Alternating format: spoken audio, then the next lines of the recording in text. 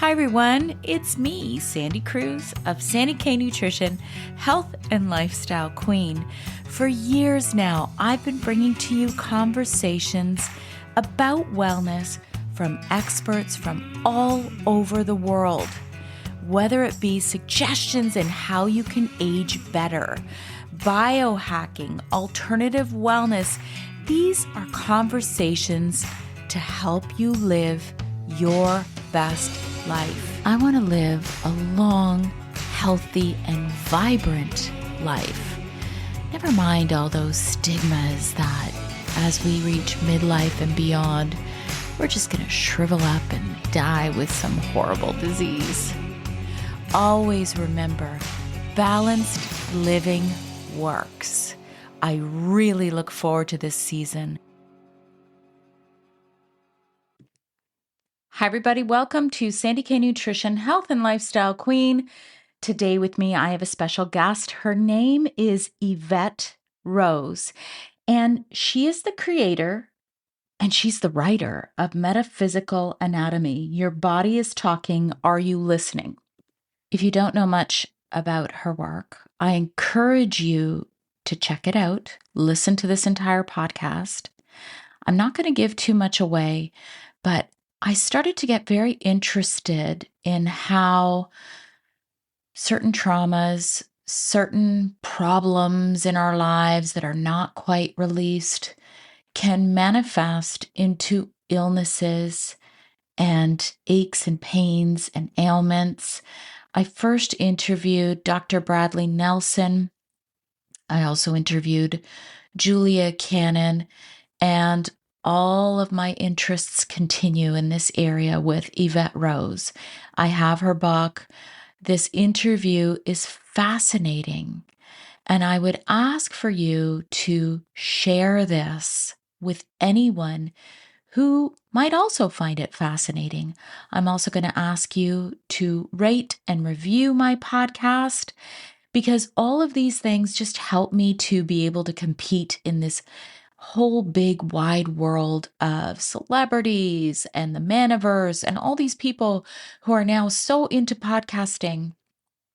And it's great that this field is really emerging, but I mean, I've been around, it's going to be 5 years in February. I began my podcast just before the pandemic. And the way that I differ is, number one, I provide you with wellness options for all areas of wellness: body, mind, spirit, soul. Because most of you who have been following me for a while, you know that I'm a big believer that we need to look at all aspects of health and wellness, not just science. Science is one small part of this big, wide world of wellness. And by wellness, it's also about having a healthy mind and growing old in a healthier way. I mean, I look at the blue zones. I look at my parents. My parents just celebrated their 60th anniversary. They're 87 and 78. I really look at a lot of the old ways of doing things. And I know we can't go back in time, and there's been a lot of amazing advancements in health and wellness and science. But sometimes when we go back to the old ways of doing some things, like, for example, cook every day, it's a better way to live, and it more supports our health and wellness. I mean, if I could go back and live off the land, but still have the luxury of staying connected with people that I want to be connected with, I'd love that. Anyway, so please share this podcast with anyone. And also subscribe to my Substack. It's sandycruz.substack.com. It will be linked in the bio, or in the description, I should say.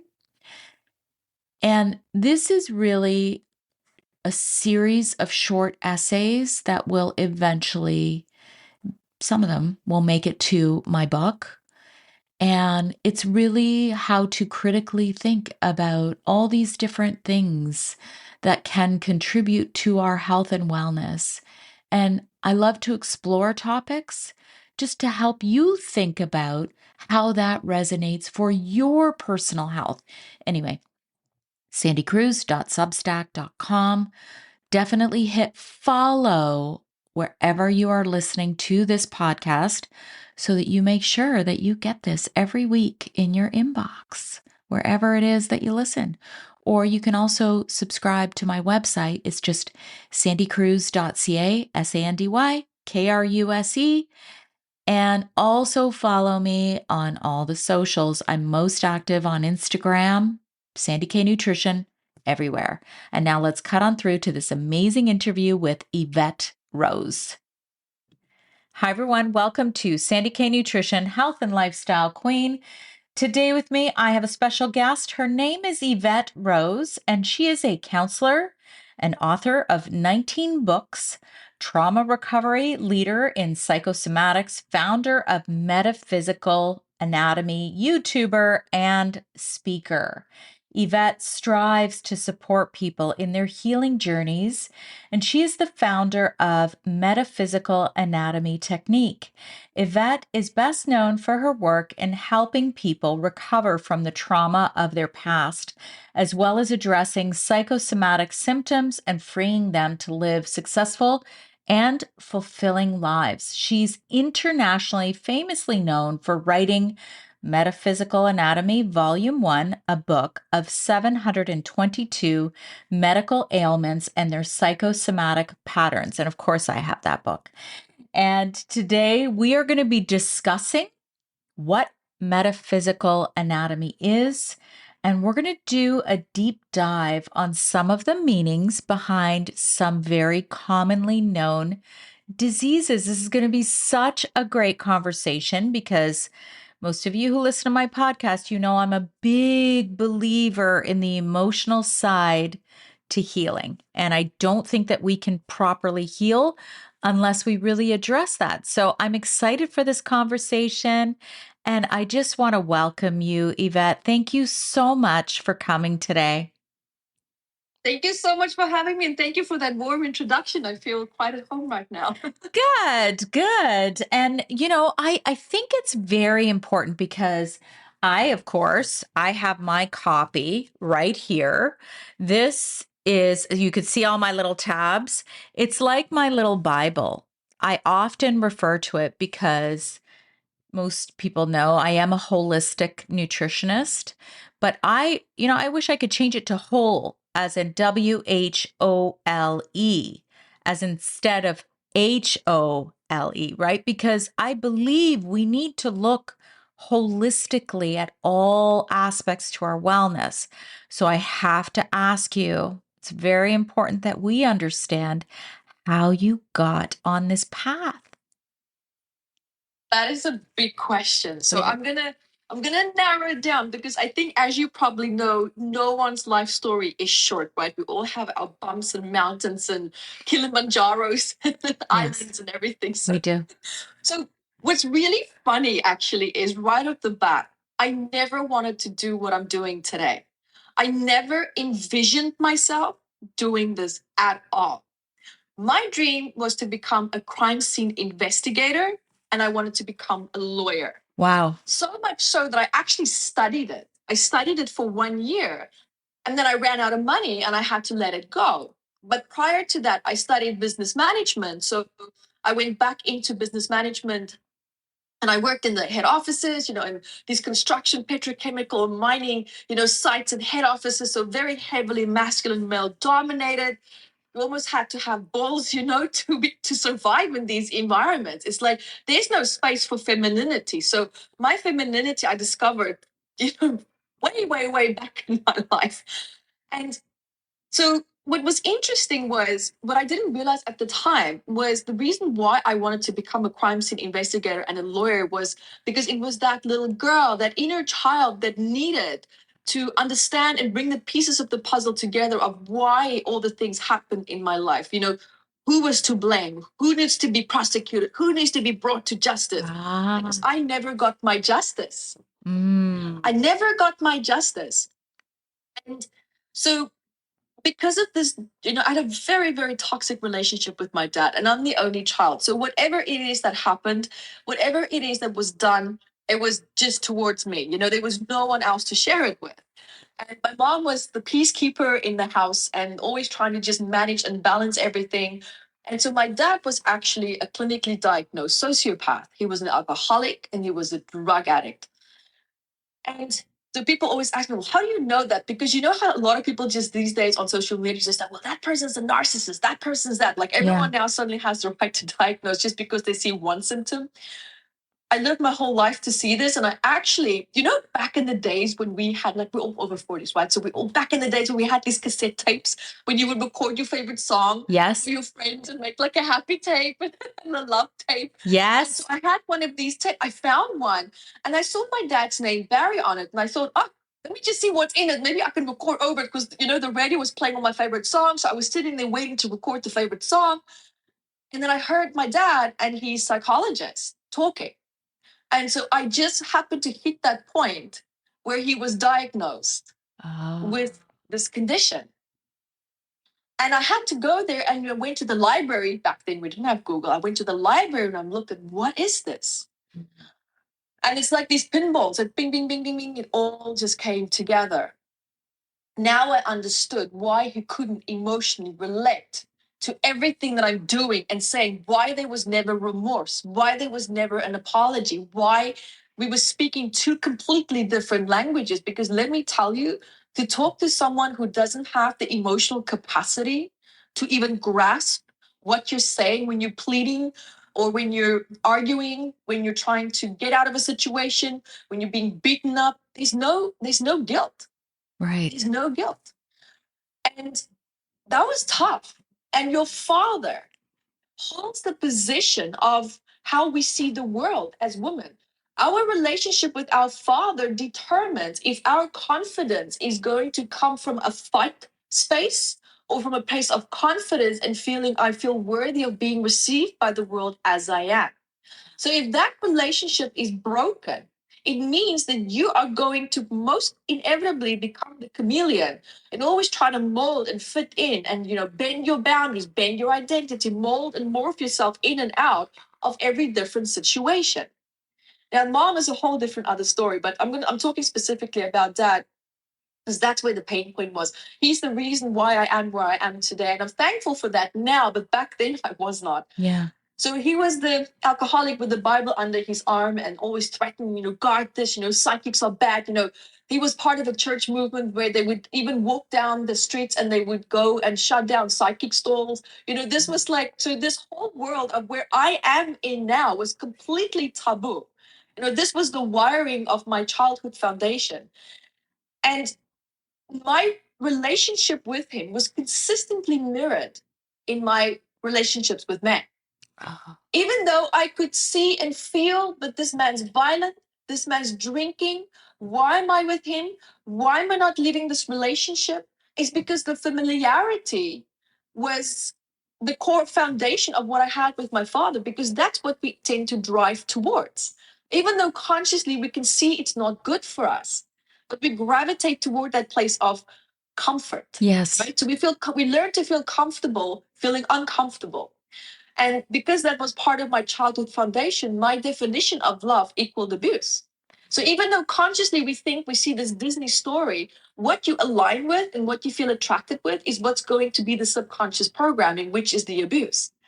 It doesn't consciously make sense, but that's how the wiring of the body and the mind works. And this is one of the core reasons why a lot of people don't heal and why my healing journey was so far and beyond extended is because I didn't heal my underlying associations that I had with love, that I had with health. So many people come to me and they say, Evette, I want to get better. I want to get my health, on track. And I want to get this ailment, rid of this ailment. And I tell them, okay, name the 5 top things in your life that's most important. They will mention everything except their health. And I'm sitting there and I'm like, so you want to work on your health, right? How are you going to value it if it's not even in your top 5 right now? where you're not going to keep your energy on that. That's why you're not dedicated to losing weight. That's why you're not dedicated to your exercise plan, because you don't value it. Mm-hmm. The reason why we don't value the things that's most important, that we often need to value in order to get better, is because we're in survival mode. We don't see the long-term benefit of how certain things can help us if we just rip off that Band-Aid, that temporary discomfort, because we've wired our lives around instant gratifications, around coping mechanisms. And these coping mechanisms create more secondary gains along the path, more coping strategies along the path. So it's not just about hitting that root core trauma.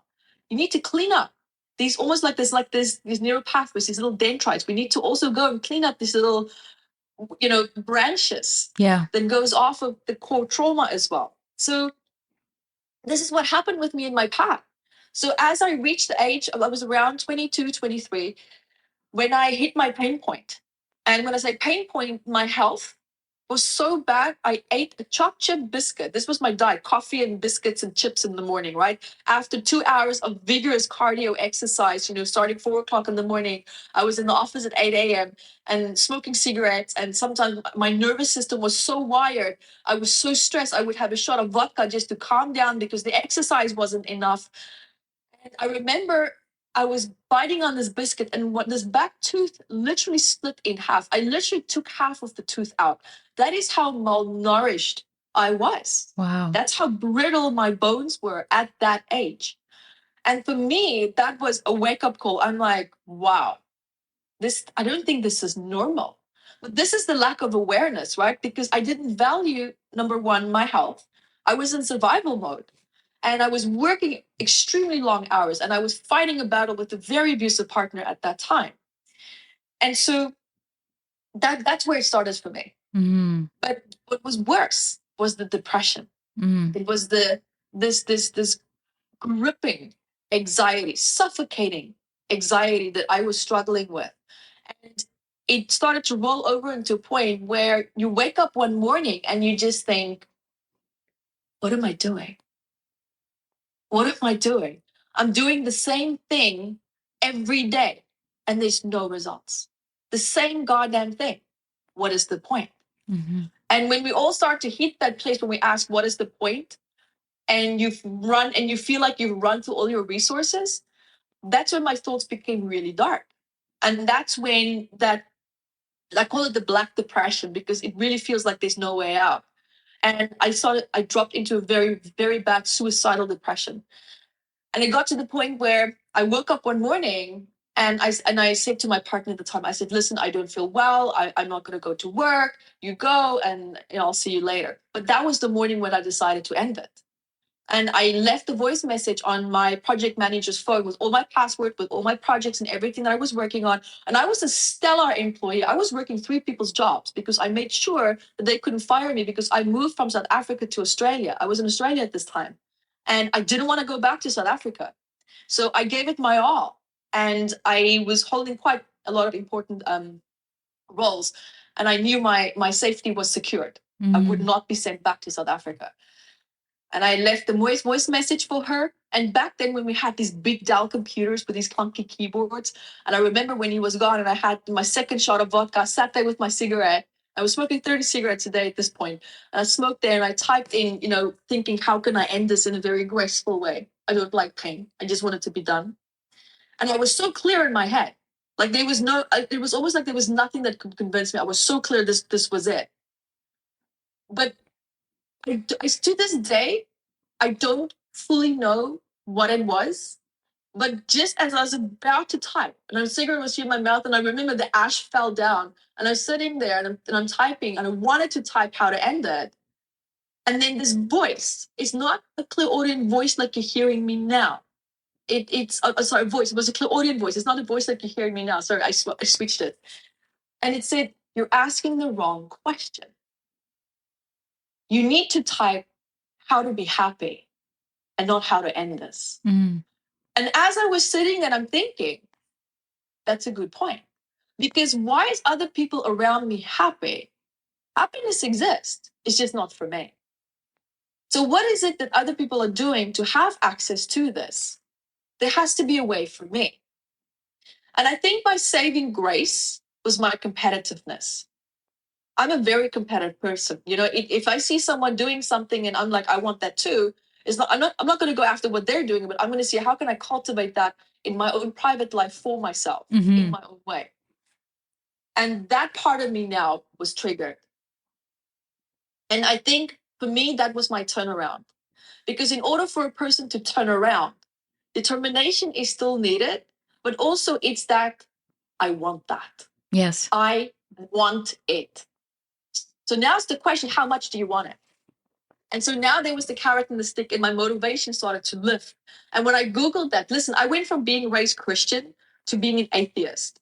And I was an atheist as I was looking at that screen. And you know what came up on my screen? Doreen Virtue, when she was still practicing, right? Crystals, Neil Donald Walsh. And I'm like, is this a joke? I have to do this to be happy? Really, I almost felt offended. And I sat there and I'm thinking, well, I don't have the answer. So who am I now to question what I'm seeing on my screen?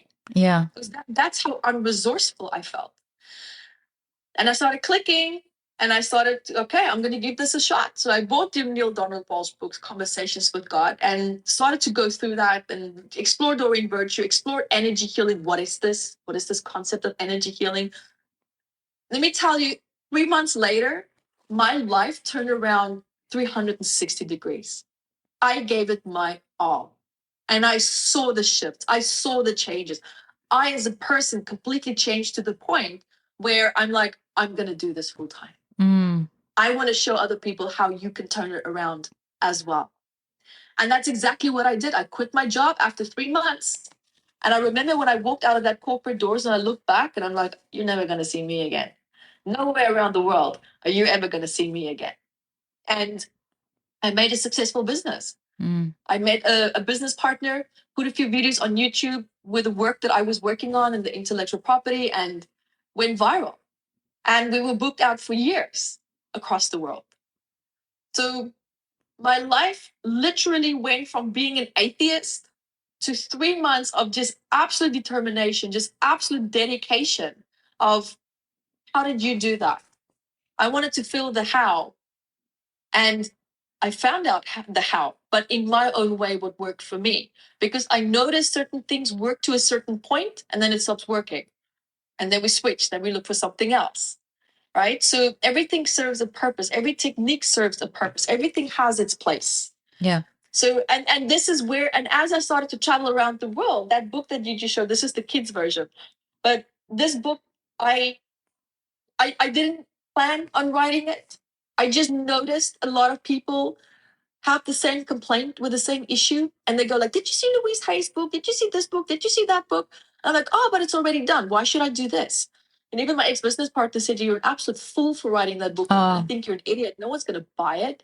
Yeah, straight up, just like that.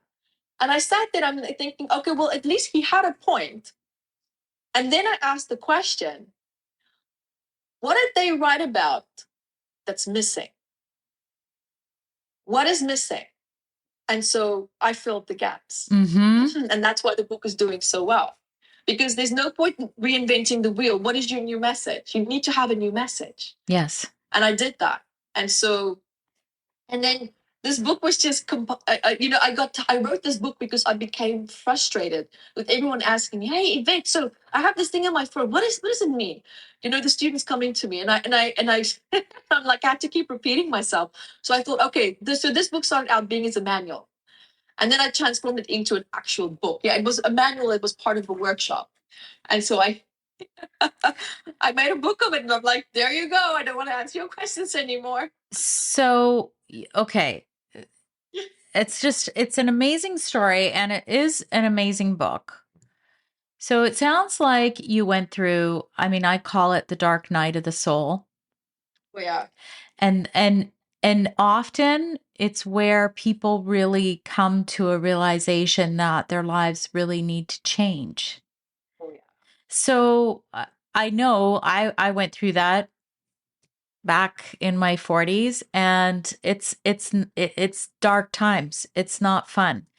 And then but when you start to seek that's when the healing can begin.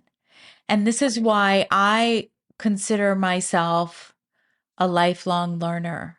It never ends. And I'm always going to learn something new. And I'm always going to seek other answers. So I love, it's the hero's journey, right? Yeah. It's the hero's journey. So I have to ask you about your father. First thing I think is really important that I ask you, do you think we ever really completely heal, or do the scars just fade? That's a great question, because at the end of the day, healing is what helps the scars to fade. Because number one, when we start to heal, where's your focus? Your focus is now being solution orientated. Because when we are in a state of problem and pain and distress and wounds, and we're in that place, we're now in the vibration of feeling like a victim. Mm-hmm. And it's okay to feel like a victim. Mm-hmm. That's a very much needed process. We need to go in, because when we feel like a victim, it means I'm acknowledging and I'm feeling and I'm seeing the pain that I've been through. Yeah. And I'm honoring this right now. So I'm using the word victim because this is the best word that a lot of people can relate to. We've all been in that place where I call it my pity party. Yes. And sometimes when I feel like a victim, and my husband's like, "Why are you like this?" Blah, blah. I'm like, "Listen, I'm having my pity party right now, and you're not invited." Yeah. Just like that. And I say it in a funny way, but so that he can digest the hand. I need space right now, so that he can digest it in a funny way. But he knows when I say that, I mean it. Yeah. I absolutely mean it. And this is me now just needing to be in that state of like, I'm feeling my wounds, I'm acknowledging my wounds, I'm being with them right now, and it's okay to have them. I agree. But when you stay in that state for longer than 6 months, now you run the course of it becoming part of your identity. Mm. Being a victim is meant to be a passing phase, like seasons, just like any other emotion. And it's important that we allow space for that, but it's also important that we don't become stuck in that, because you cannot and you will not heal when you are in victim mode. Why? Because now you are not in your state of empowerment. You can't, because when you are being a victim, or you feel like one, the body is in a state of, I can't. I need to hide. Mm-hmm. I need to hibernate. I need to draw within. I need to pull my energy back. The body's not in healing mode. When the body goes into healing mode, it means that the body's now open and ready to be rewired, to regulate itself, to look at new ways of living. It's enthusiastic. It's positive. It feels ready to move towards a solution. So being a victim and moving towards a solution, it's the opposite frequencies. That you can't be. It's either or. That's it. You can't be in both at the same time. So that's why when you feel that you're in victim mode, be in that. Yes. But then we need to make a conscious shift. Okay, I feel I'm a bit done with that now. Now it's just holding me back. And when you feel held back in life, when you feel trapped, when you feel things are repetitive, when you feel like I don't want to do this anymore, that's your body saying, "Hey, I'm ready." Yes. Let's flip the switch. Let's now switch consciously to being solution orientated. And that's a very powerful state of mind to be in, because when you're solution orientated, now we start to see the solutions. Now we start to see the possibilities, because we're open to it. Because when we are in pity party mode, our energy is withdrawn. Our filters are completely different as well. So the question that you ask is a really good question. The body will only heal. And yes, we can heal, but it will only heal if it feels safe. If you don't feel safe in your life, if you don't feel safe in relationship to the topic that you're trying to address, your body is going to reject the healing. Mm-hmm. Your nervous system is not going to regulate itself. It only regulates itself when it's healed. That's why when a lot of people who've been through very traumatic pasts, when they have a very calm, a very loving, a very gentle partner, these people heal in that relationship. They actually heal because they feel safe. Yeah. because that other person is learning and teaching them that it's safe to be you. It's safe to be in a state of distress. It is safe to express. So safety is one of the core key factors in order to really, truly heal, where there can be a subconscious memory of the distress, but the nervous system, the body, and the physiology of the body doesn't react to it anymore. Is it 100% clear? I personally don't think so. I think you can get it down to at least 80%, maybe at least maybe 90%, but to the point where you feel at peace, where you feel contentment. That for me is the place of power. Because let me just quickly also touch on this very briefly, because this is important. If you have a certain trauma that you experience that maybe triggered a certain ailment, and that emotion that you within you dealt with, right? Now you brought it down, the trigger of that. If you can do it so well that you continue to pass on the solution to your future generations, at least to 100 to 200 years, you can really truly switch that epigenetic switch off. Yes. You can switch it off. Yeah. And research has shown this.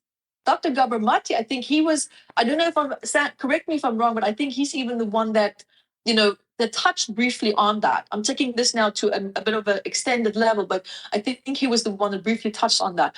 And there's so much power in that, because we as a species, we're actually solution orientated. Why? It's a survival response. Despite the fact that we're negative bias, we're still solution orientated. Yeah. So there's a couple of things there. I think you're right about Gabor Mate. And then there's other aspects to that about generational trauma and how,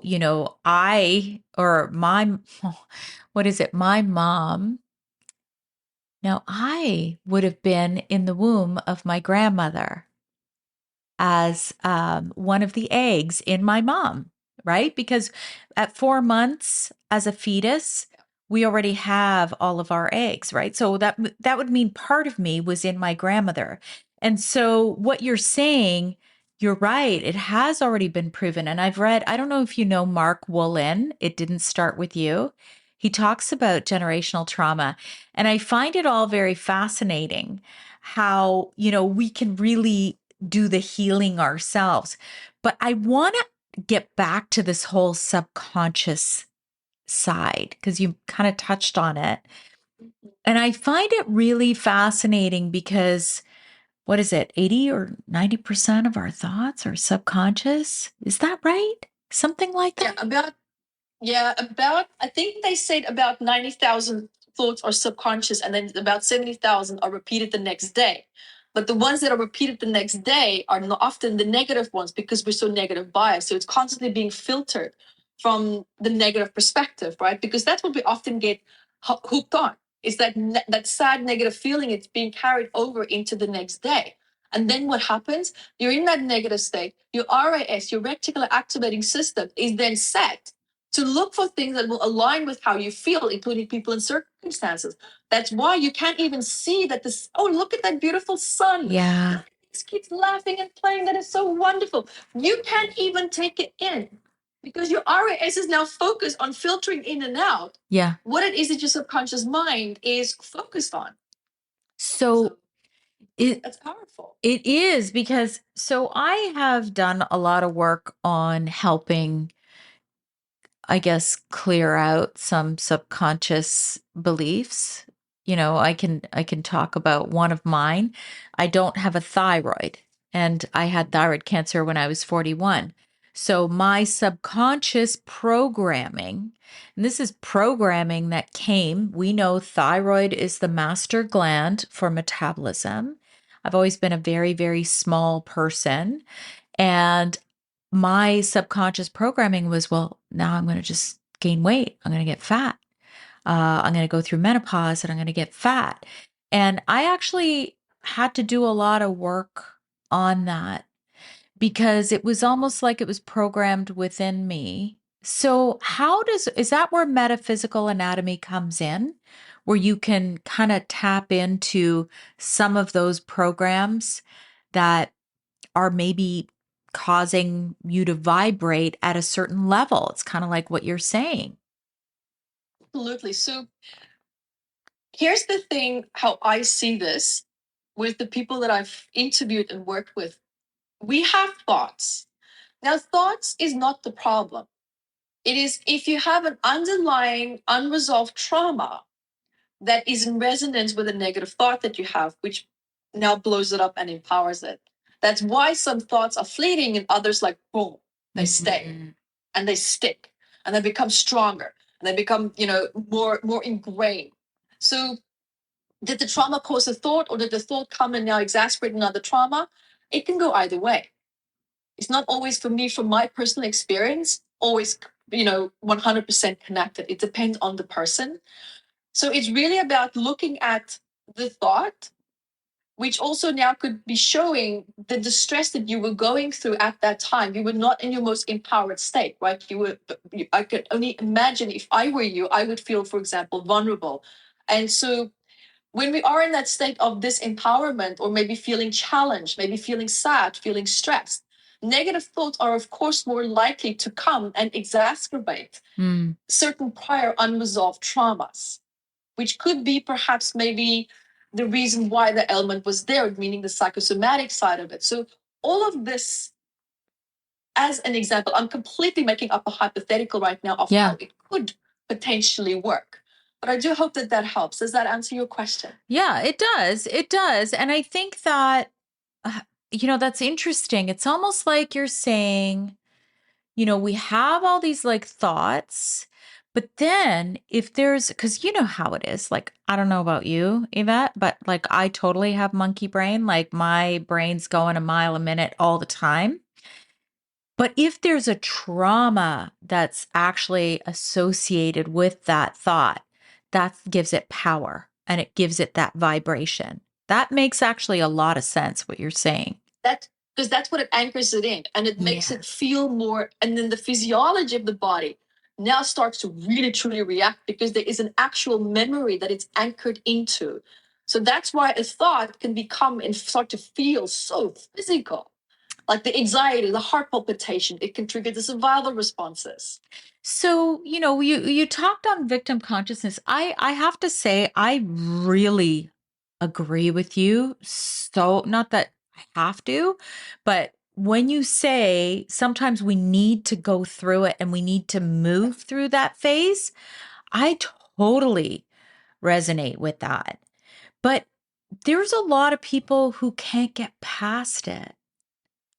So, here's an interesting concept. So I talk a lot about the snowball effect, right? You know how everybody's met that one person, it's like there's always a disaster going on in their lives. Right? Like we've all met those people. Right. And you're like, "Oh my God, is anything ever good? Is anything ever okay?" Is that because it's like, I guess it would be, you mentioned safety. Maybe that person's not feeling safe.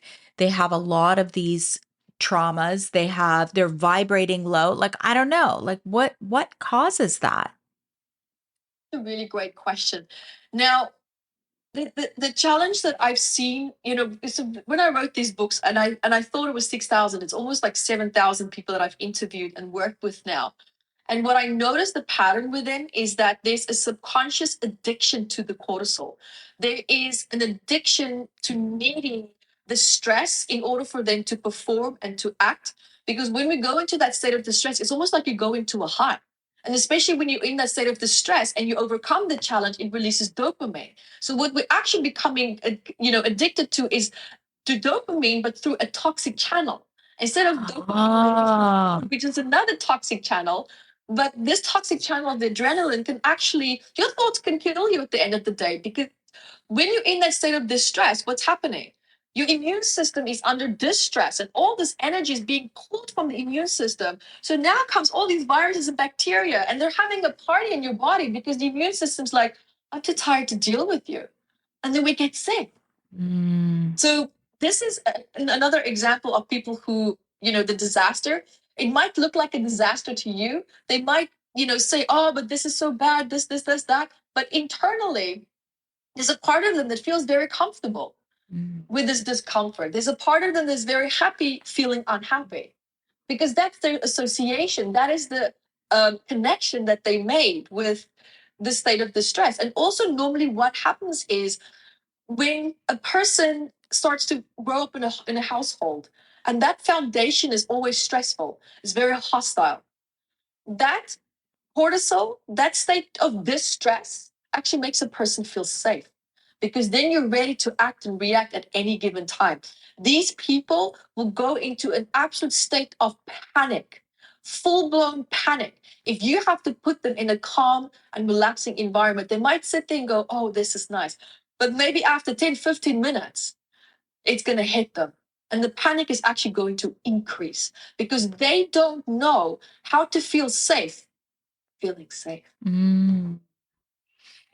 Wow. They don't know how to feel safe feeling safe.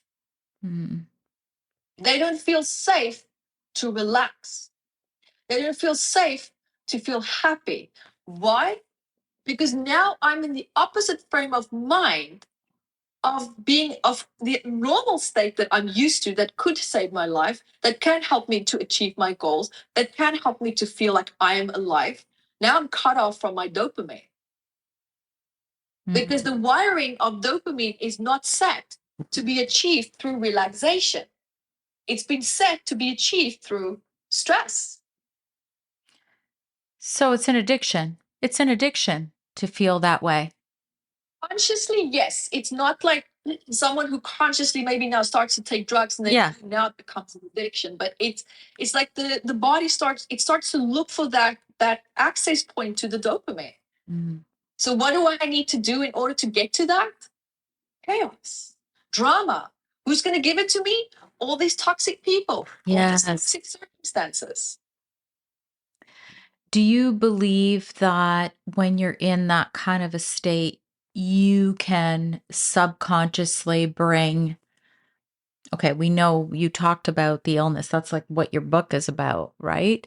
But can you bring accidents and other things about when you're vibrating in that state? What do you think? So that's a really great question. So from what I've seen with people who are in car accidents or they're accident prone, is that often what happens is maybe they had an argument with someone the day before, or they had a certain negative thought, and it makes them actually feel destabilized. You'll see every single time when someone had an accident, something destabilized them. Mm. Your focus is not where it needed to be. Because if it was, most things maybe could have been avoided. Now, I understand sometimes freak accidents happen. There was absolutely nothing that you could do about. Now, I'm not referring to that, just to be absolutely clear. But sometimes when you ask people how they felt on the morning of the accident, there was a sense of something that destabilized the inner equilibrium. Mm. Something caused them to feel off balance. And in a lot of cases, I've seen negative thoughts. Now, we all have negative thoughts on a daily basis. So why is that a negative thought can cause me to have that? When the body has reached its threshold for dealing and handling with this negative thought, you can have a negative thought on quite a regular basis, but have you noticed on some days that negative thought just hits you and it hits you hard? Mm. You almost feel like your emotions just tumble into an even worse place because of that one thought that you have on a regular basis. That's what I'm referring to, the threshold that the body has to protect itself or to deal or to handle or to reminisce with a certain negative thought and the emotional distress that it brings up, right? It becomes exhausting. It's exhausting to have negative thoughts all the time. It is. That's why we have fatigue. That's why we have adrenal burnout. That's why you get the flu.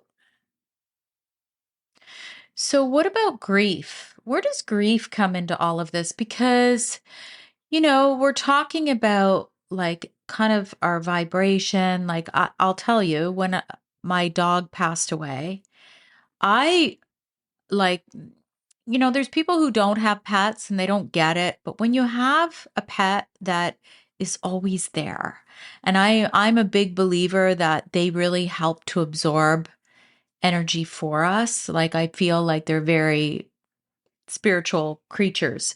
Now, when I lost my dog, I was in a state of grief for a very long time. It was hard for me.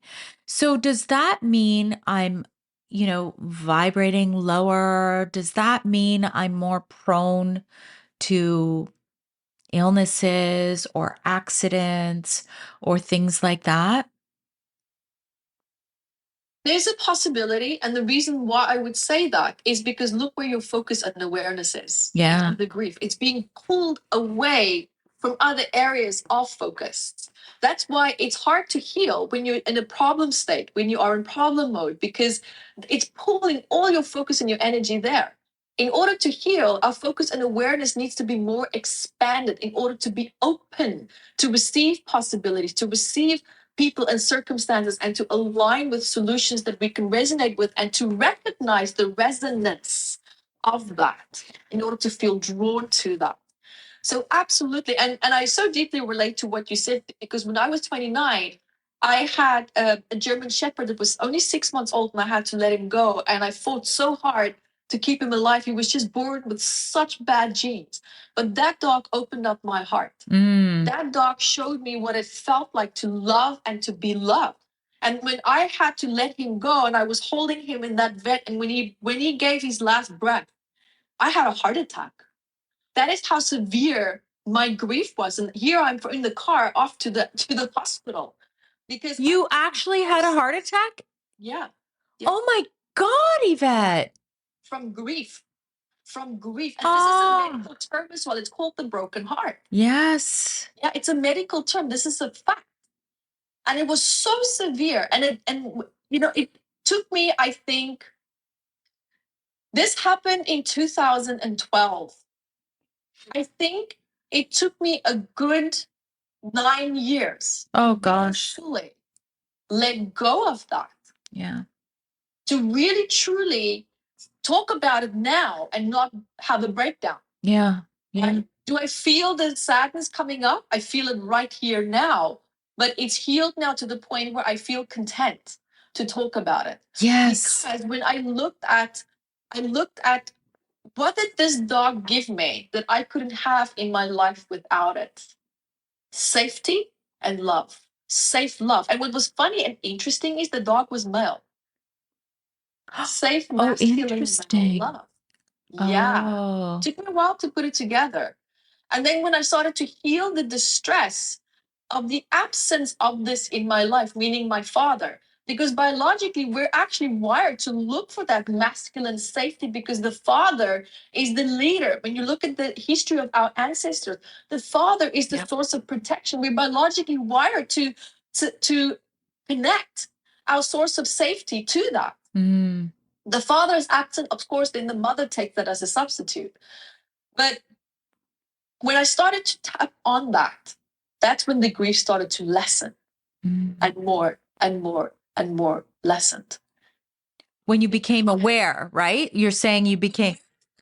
But I also healed. I started to really consciously now heal the absence, because what I realized is that was the grief that I felt for the dog was the grief that I also had for not having the father that I needed to have. And when I tapped on that, it had this dominoes effect into really fully healing the grief of losing that dog. That dog was such a catalyst in my healing. Wow. And I believe that sometimes humans, people that we have soul contracts with, our soul family, can come in the form of animals, because I will never forget this. I had a dream about that dog sitting in the bathtub and then suddenly transforming into a human being, into a man with black hair that I looked at from behind, and then became the dog again. And I woke up that morning, I'm thinking, this was before I believed in any of this, right? I didn't believe in this at that point. Yeah. I'm like, what was that about? And that same day, the dog came into my office, which he's never done before. And he sat on my chair across from my desk. And he jumped on and he sat there like this. And he just looked at me for 5 minutes still. And then jumped off and he walked out. And I'm like, some of you might sit there and wonder, well, what's the significance of that? Like, he's never done that. That's a chair that my clients would normally come and sit in. He's never done that. And just that night, I had that dream. I feel so many signs were around me. And this was also the catalyst, because that was when I was my ex-husband at that time, which was not a healthy relationship.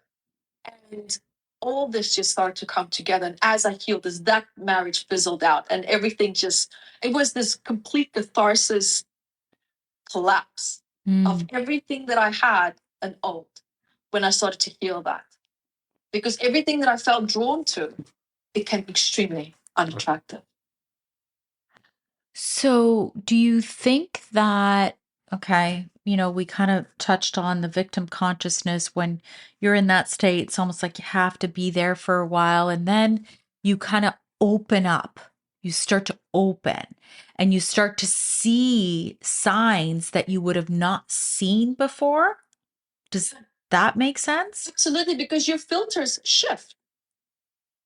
I went from feeling like a victim to feeling more stronger, more empowered. And when you start to move into a state of empowerment, you start to, a lot of people, when they do that, they notice that they start to feel angrier. They start to feel more irritated. They go like, oh, this feeling is uncomfortable. Yeah. No, what's uncomfortable is you needing to start to feel comfortable with your boundaries, because that anger is showing you how much your boundaries have been overstepped. It's showing you how your threshold has been hit again and again and again and again. And that anger is there to show you it's enough. Stop it. It needs to come to an end now. Now we need to take action and turn it around and change it, and not just passively sit there and observe. So this is something that I started to notice also in my own healing journey as well. When you have had a low self-esteem your whole life, if you had poor boundaries, all of this is suddenly going to start to feel really uncomfortable. It's going to feel uncomfortable to ask for what you want. There's a part of you that's going to feel like, I need to say this, but I feel uncomfortable. There's a part of me that needs to say this, but I feel uncomfortable. Entertain that part of you that needs to say it. Be okay with feeling uncomfortable. Yeah. Because it's normal to feel uncomfortable diving into a certain new area that you've never explored before. It's normal. I know with the thyroid, there's a lot of connections to not speaking your truth, not, a lot of people know this about the thyroid because it's your throat chakra, right? So now look what I'm doing. I'm a podcaster. I'm like, whereas I grew up in a very strict Eastern European background. I have very loving parents. I'm grateful for that. But, it was always being, you don't say this, you have to be proper.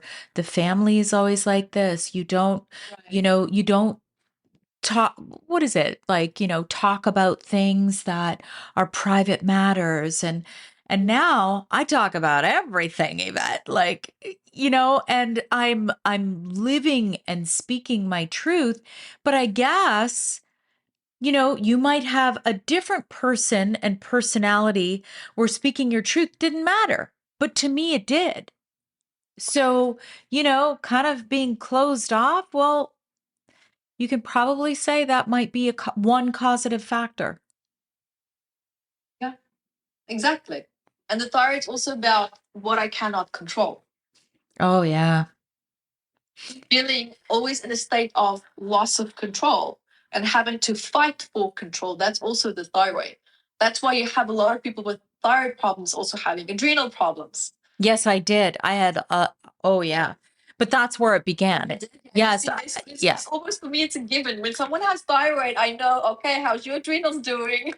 No, you're right, because it was the adrenals postpartum after my second child was born. That's where things started to happen. But what I didn't mention, my daughter was diagnosed with cancer 1 year before me. Exactly. Almost exactly. So when you say the loss of control, I think that's an understatement because I didn't know what to expect. She's fine now, by the way. She's great. Yeah, I'm hanging there. I'm like, no, she's great. She's great. She just finished her first year university. She's great. Yeah, she was 5 at the time. So that loss of control was very difficult for me. And I think, it's not to say that thyroid cancer developed in 1 year. I had thyroid and adrenal issues way before that. It's just that what caused it to erupt, really. Maybe that year. broke the camel's back. Yes, exactly. So, can you define for us what is metaphysical anatomy? Like, what is that term? What does it mean? That's a great question. So when you look here at the book, so the title, meta, right? So meta means that space between you and I. It's that space of intelligence where things happen that we can't always explain, but we know it's happening.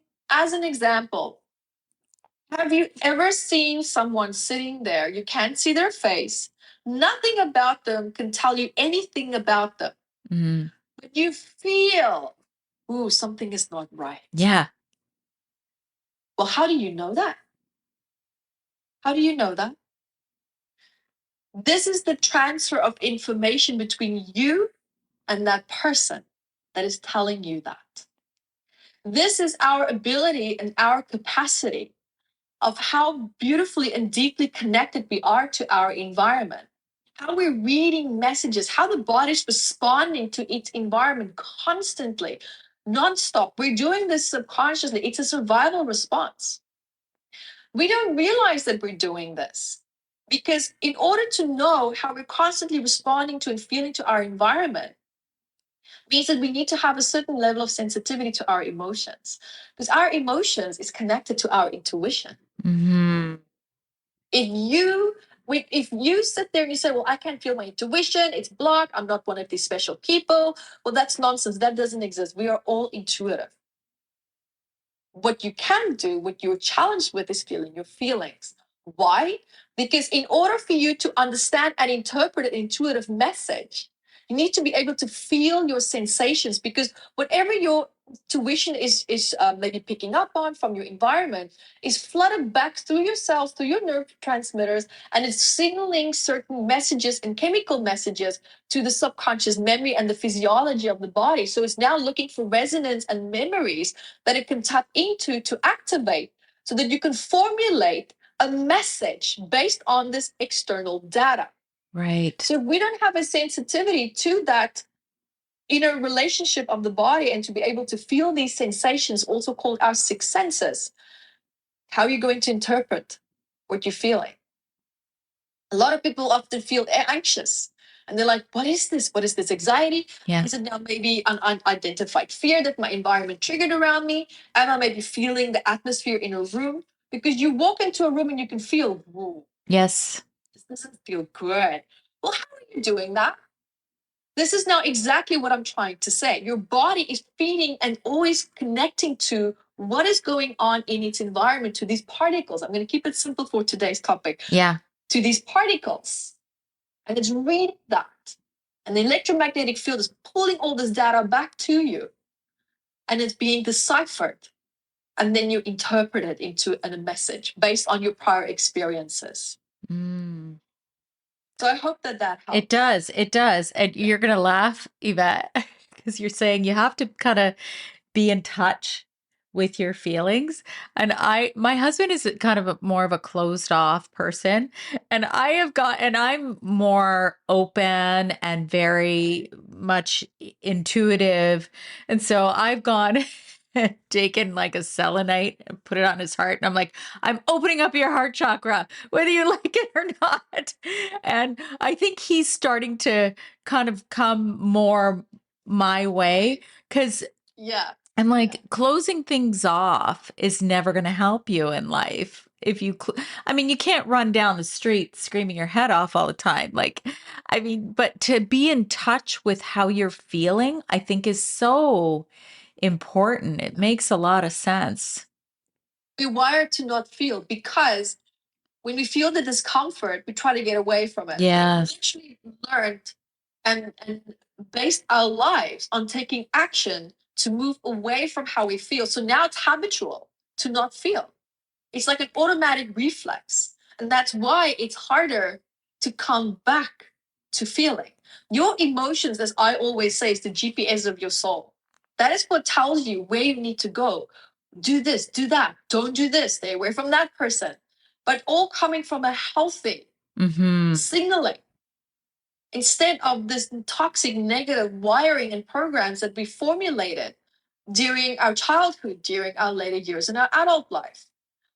And we can navigate through that, but we have to feel comfortable with feeling again. Mm-hmm. Because we think feeling is just, it's traumatic, it's bad. No, it's not. Yeah. So it's just rebuilding the relationship with that. So I have to ask, because I have interviewed you. I don't know if you know Dr. Bradley Nelson, the emotion code. Do you know him? No, I have not. No. So he does a lot with clearing how like emotions within the body can be stored and then it can start causing you pain. So it's not really the same but similar. And do you know Julia Cannon, Dolores Cannon's daughter? Dolores, yes. Yeah, so I'm not fully familiar with her work. so, a lot of it is similar. And then there's Michael J. Lincoln, Messages of the Body. No. So, a lot of these people talk about emotions. Like, this isn't a new concept, but I don't think I've ever seen such a comprehensive book like yours, where it's kind of all in one. But here's the big thing. I'm like, okay, so let's say I'm diagnosed with thyroid cancer. Let's say like how do I even start to do the work? Like it's almost like it's too late. I'm already sick. I've already got something.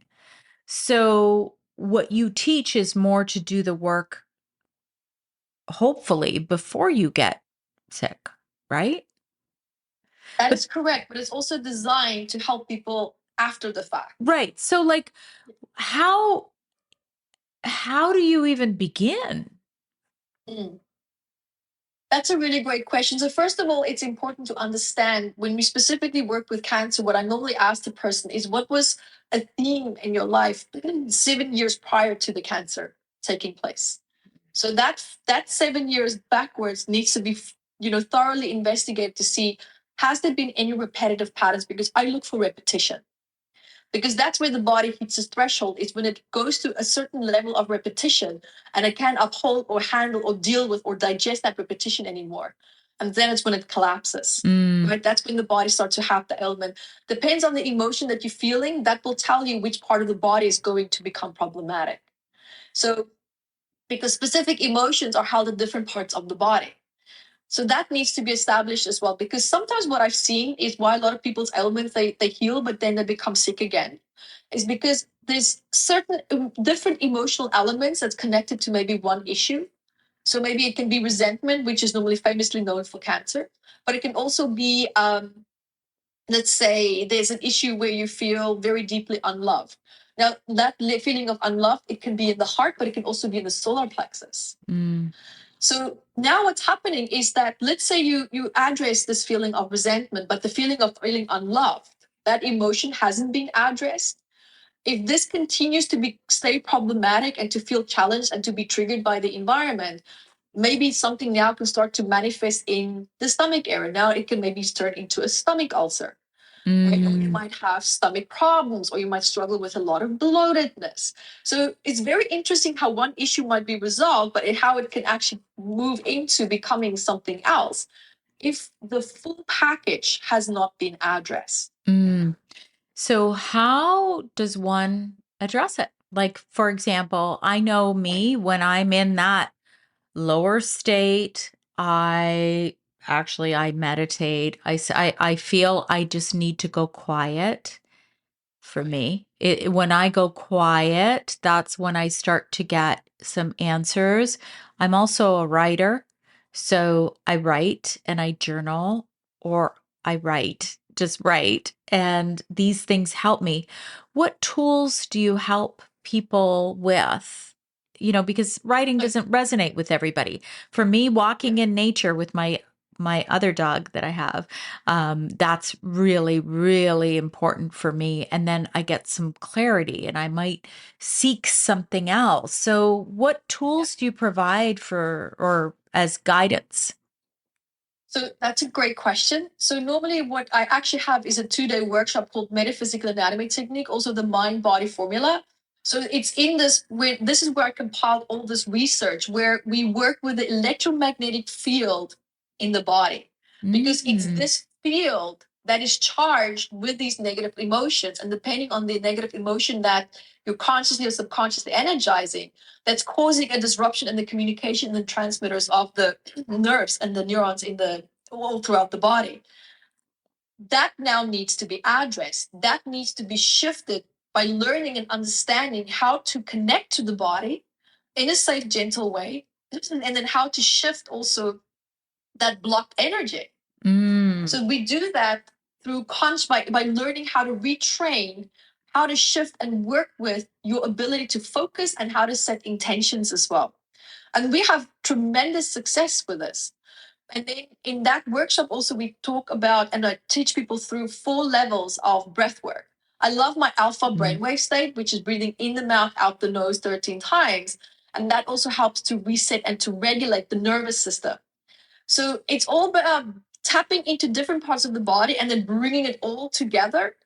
That helps the body to release in a safe way. Because remember how I said the body's not going to shift if it doesn't feel safe. Yes. And then also address the negative beliefs that we formulate through subconscious decisions that were made throughout our life. Because sometimes even these subconscious decisions is the problem in itself. So the technique is then designed to help people shift the biology. We go back into the womb when you were in the womb of your mother and to shift the trauma transfer that took place there as well. We dive deeply into addictions and we have a lot of success with pain as well with just this simple method. That's amazing. That is really what I do with people. So if anyone is listening right now, to give you something right now, what I love to tell people is to bring your full focus and awareness to the area in your body where you feel the challenge. And imagine you're giving yourself in that area space, because it's so condensed and so congested because of the rigidity and the stress that we hold. It needs space. Open up that space.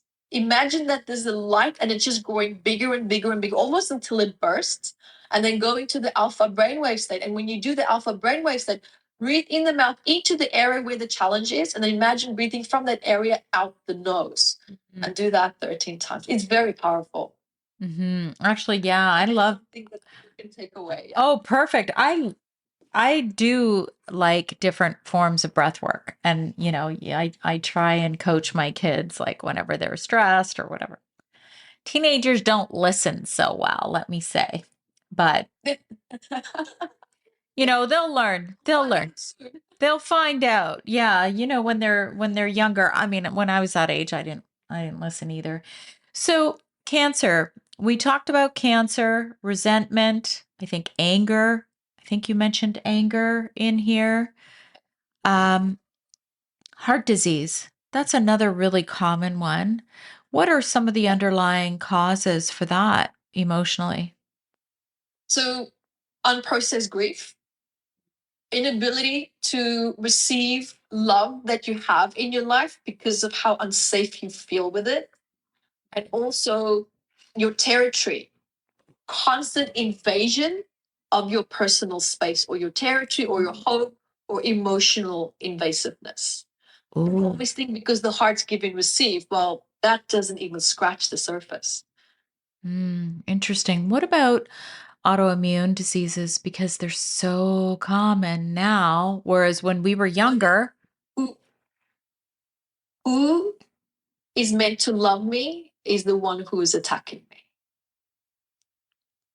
Ooh. Yes. Yes, because the When I'm body. looking for love, that's where I feel attacked.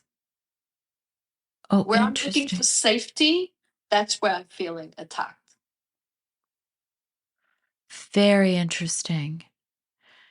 So we have almost like an epidemic of autoimmune diseases nowadays. Autoimmune disease is also connected to our relationship with our mother and how emotionally available she was as well. It's not always the case, but that's another element to add to that I noticed in all these interviews that I did. Oh, it's just so fascinating. I mean, I love to dig deep on all this stuff. Now,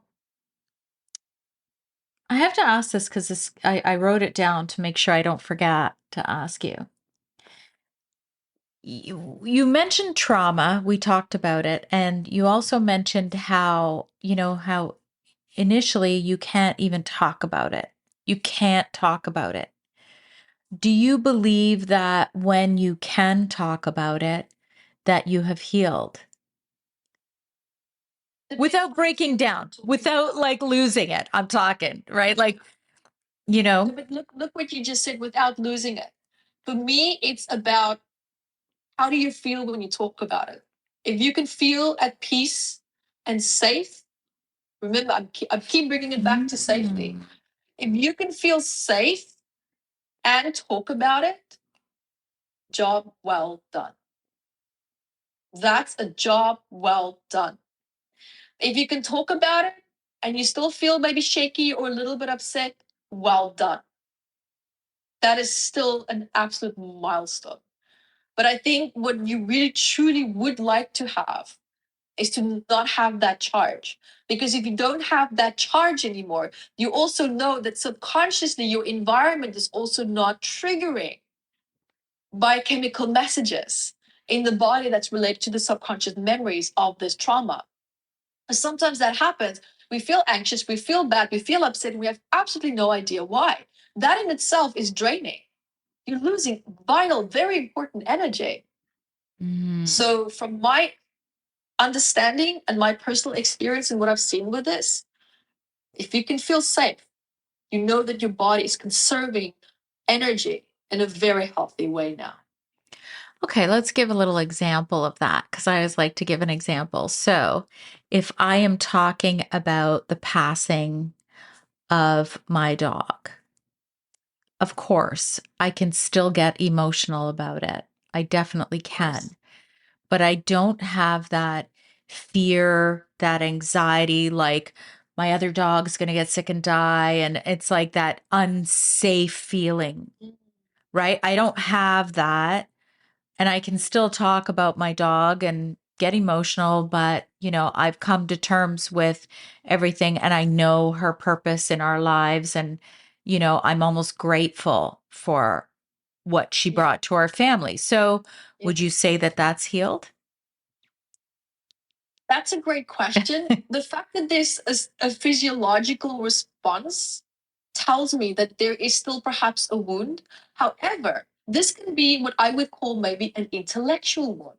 Because now what happens is this is a very common issue with grief, why a lot of people feel like it never ends, is because when the person or the dog or the animal or the pet passes, that initial shock, we associate that person or that pet with that grief. So even though you might heal, there's almost like an intellectual neural pathway that still links back. When I think of that person or animal, it triggers the grief that you associated with them. So if you can release just the association of grief with that person or pet, you'll notice yourself actually feeling that you're eliciting positive feelings when you think back to them.